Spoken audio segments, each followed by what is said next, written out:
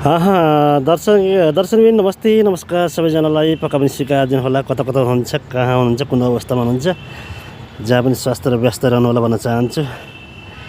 आज हामी चाहिँ म चाहिँ यता धेरै यो चाहिँ कुन गाउँ होला हैन, यस्तो ठाउँमा छु म। यो इन्डियाको चाहिँ हेर्न सक्नुहुन्छ, पुरा बिल्डिङहरू बनिरहेका छन्। यो चाहिँ हाम्रो गेस्ट हाउस हो।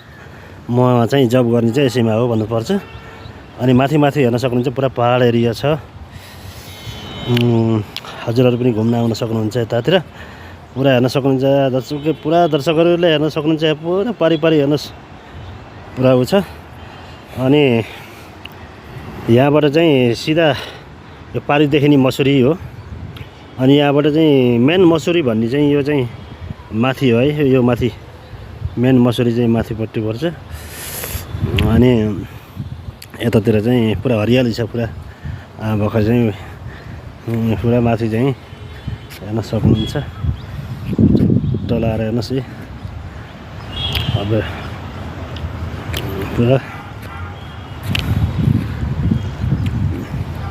मौसम पुरा चिसो छ एकदम चाहिँ। अब म चाहिँ अब यता जान लागेको छु। म त हाम्रो किचन प्रतितिर जाँदैछु है। म अब चाहिँ किचनतिर जाँदैछु। अब ड्युटी चाहिँ यसो समय हुन लाग्यो ड्युटी गर्ने। हामी चाहिँ यताबाट पनि गेट छ, उता पछाडि जाने। अनि अब म चाहिँ यसो किचनतिर जान्छु, यसो हजुरहरूलाई देखाउँछु होइन, कस्तो छ के छ अवस्था। यहाँ हामी चाहिँ किचनतिर आएँ म। यहाँबाट चाहिँ यो सिलिन्डर मैले चाहिँ एक्स्ट्रा राखेको छु, तल प्याज राखेको छु। यो चाहिँ यसो कस्टमर गेस्ट आउँदाखेरि चाहिँ यसो चाहिँ बनाउनको लागि चाहिँ यसो चाइनिज आइटमहरू चाहिँ, दालहरू चाहिँ, मोमो स्टिमहरू चाहिँ, चुलाहरू चाहिँ यस्तो राखेको छु। हेर्न सक्नुहुन्छ। यता भाँडा